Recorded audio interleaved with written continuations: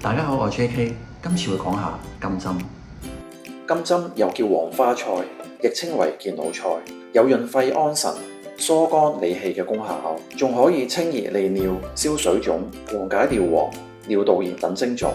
金針膳食纖維豐富，能夠預防便秘，大量嘅維他命 A 同 C 有助護眼護膚，豐富卵磷脂，增強大腦功效，改善集中力、記憶力、腦動脈阻塞。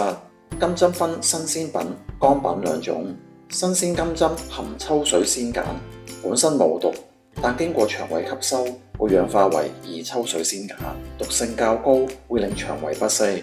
而乾品經過熱加工處理，秋水仙鹼會被破壞，食用一般唔會引起不適。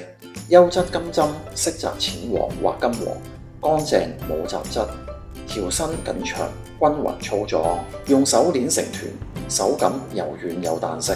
鬆手後，每條金針會好快鬆開，有淡淡嘅清香氣味。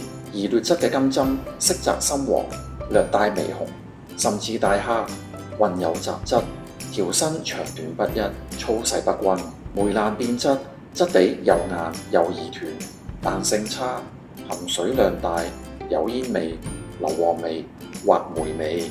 如果金針經二氧化硫漂過，會有陣刺鼻酸味。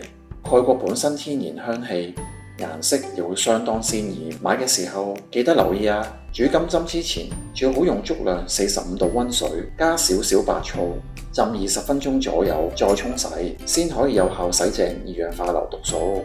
希望呢條片幫到大家揀到啱心水嘅金針。最後記得留言攞走，補腦養血素食食譜。記得 like 同 share 喎，下次見。